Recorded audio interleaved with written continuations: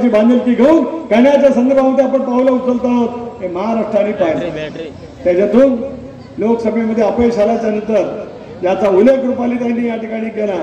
लाडकी बहीण योजना या महाराष्ट्राच्या इतिहासात पहिल्या प्रथम त्या ठिकाणी आपल्याला प्रतापराव अभिमान आहे। अजितदादांनी अर्थसंकल्प मांडत असताना या योजनेची घोषणा केली। हे सगळे काँग्रेस विरोधक म्हणत होते ही योजना जर काय खरोखर राबवली जाईल महाराष्ट्रासारखं राज्य कर्जबाजारी होईल। उच्च न्यायालयामध्ये याचिका दाखल करण्यात आली याच काँग्रेस जणांच्या मार्फत। एवढं नव्हे तर काँग्रेसच्या काही नेत्यांनी आणि स्वतःला महिला मंडळ नेत्यांनी सुद्धा असं सांगितलं की 1500 रुपयात तुम्ही महिलांचा स्वाभिमान विकत घेतात का काय अशा पैकी टीका टिप्पणी करण्याचा प्रयत्न विरोधकांच्या माध्यमातून महिला नेत्यांच्याकडून या महाराष्ट्रामध्ये झाला।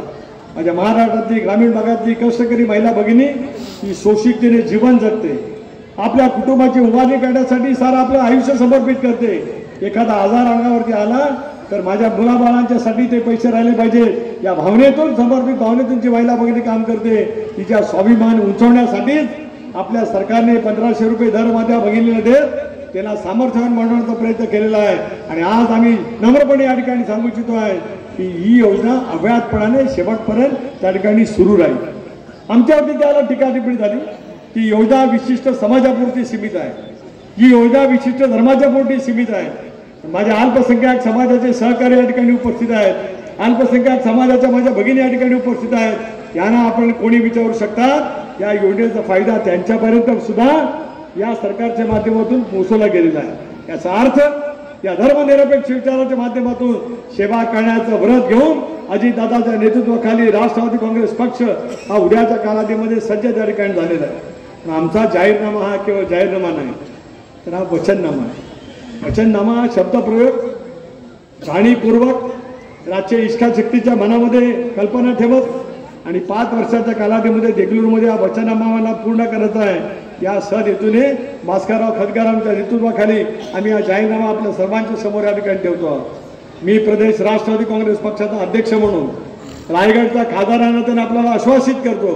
प्रतापराव मी मगाशी लोहाच्या सभेमध्ये सुद्धा बोललो की जे तुम्ही आहात, अविनाशजी आहेत, कोजेगावकरजी आहेत, मोहनराव आहेत, तुम्ही सर्वांनी म्हणून आपण एकत्रितपणाने विधिमंडळामध्ये अनेक त्या ठिकाणी काम केलं। खडगावकर साहेबांच्या सोबत सुद्धा मी विधिमंडळामध्ये आणि लोकसभेमध्ये त्या ठिकाणी काम केलं। अशा वेळेला या द्रष्टा नेतृत्वाच्या माध्यमातून या शहराचा कायापालट करण्यासाठी अजितदादांच्या मार्फत सर्वाधिक निधी या देगलूरच्या परिसराच्या ब वर्ग नगरपालिकेला देण्याचं काम आम्ही प्रामाणिकपणाने करू हा शब्द सुद्धा या कार्यक्रमाच्या निमित्ताने या ठिकाणी देऊ इच्छितो। शेवटी विकास साधायचा असेल तर केवळ तो कागदावरती बोलून उपयोग होत नाही, त्याच्यासाठी इच्छाशक्ती मनामध्ये असावी लागते। काँग्रेस पक्षाची अवस्था देशभरामध्ये काय बदल झाले आम्ही पाहतो। लोकसभेमध्ये सुद्धा 10 वर्ष त्यांच्या लोकसभेचा विरोधी पक्ष नेता निवडण्या इतपत संख्याबळ कधी मिळू शकले नाही। प्रतापराव 1985 साली स्वर्गीय वसंतदादा पाटलांनी मला ज्यावेळेला काँग्रेस पक्षाची विधानसभेची उमेदवारी दिली 85 साली 40 वर्षापूर्वी आता त्या 85 त्यावेळेला राजीव गांधींच्या नेतृत्वाखाली काँग्रेसच्या 425 जागा आल्या। पंडित जवाहरलाल नेहरूंना जेवढं यश नव्हतं मिळालं त्याच्यापेक्षा जास्त यश इंदिरा गांधींच्या हत्येच्या नंतर सहानुभूतीच्या लाटेवरती काँग्रेस पक्षाला त्या कालावधीमध्ये मिळालं। त्यावेळेला माझ्यासारख्या कार्यकर्त्याला स्वर्गीय वसंतदादांनी काँग्रेस पक्षाचा विधानसभेचा उमेदवार म्हणून संधी दिलेली। माझ्या सांगण्याचा मतितार्थ असा आहे त्याच काँग्रेस पक्षाला 14 सालामध्ये 40 जागा सुद्धा निवडून आणता आल्या, 19 सालामध्ये सुद्धा 40 जागा निवडून आणता आल्या नाही। आता सगळं इंडिया आघाडीचं कडबोड त्या ठिकाणी केल्याच्या नंतर पहिल्यांदा विरोधी पक्ष नेता या देशामध्ये 10 वर्षाच्या कालावधीच्या नंतर त्या ठिकाणी पाहायला मिळतो आहे। बिहारमध्ये केवळ 5 जागा, एकेकाचा राष्ट्रीय पक्ष। बिहारमध्ये अनेक वेळेला मुख्यमंत्री काँग्रेस पक्षाचे त्या कालावधीमध्ये झाले। त्या कालावधीमध्ये असलेली त्या सगळ्या परिसरामध्ये होत असलेली सचवलपट त्याचा उल्लेख भास्करराव खतगावकरांनी या ठिकाणी केला की काम करत असेल तर सत्तेचं पाठबळ आवश्यक असतं। होय आम्हाला सत्तेचं पाठबळ आहे, अजितदादाच्या रूपाने त्या ठिकाणी आहे। सत्तेमधला आमचा सहभाग केवळ सत्ता उपभोगण्यासाठी नाही तर लोकांची सेवा प्रामाणिकपणाने करण्यासाठी सुद्धा आहे। लोहायला शब्द दिला इथे देतो। रुपालीताई तुम्ही पक्षाचा अध्यक्ष आहात, आदितीकडे महिला बाल कल्याण विभागाचं खातं तिच्याकडे आहे, तिच्या खात्याच्या मार्फत सुद्धा आदितीच्या खात्याच्या मार्फत सुद्धा महिला बचत गटाची चळवळ महिला आर्थिक विकास महामंडळाच्या माध्यमातून मामींच्या माध्यमातून महिला बचत गट त्या ठिकाणी अधिक प्रभावीपणे आपण स्थापन करण्याचा प्रयत्न केला.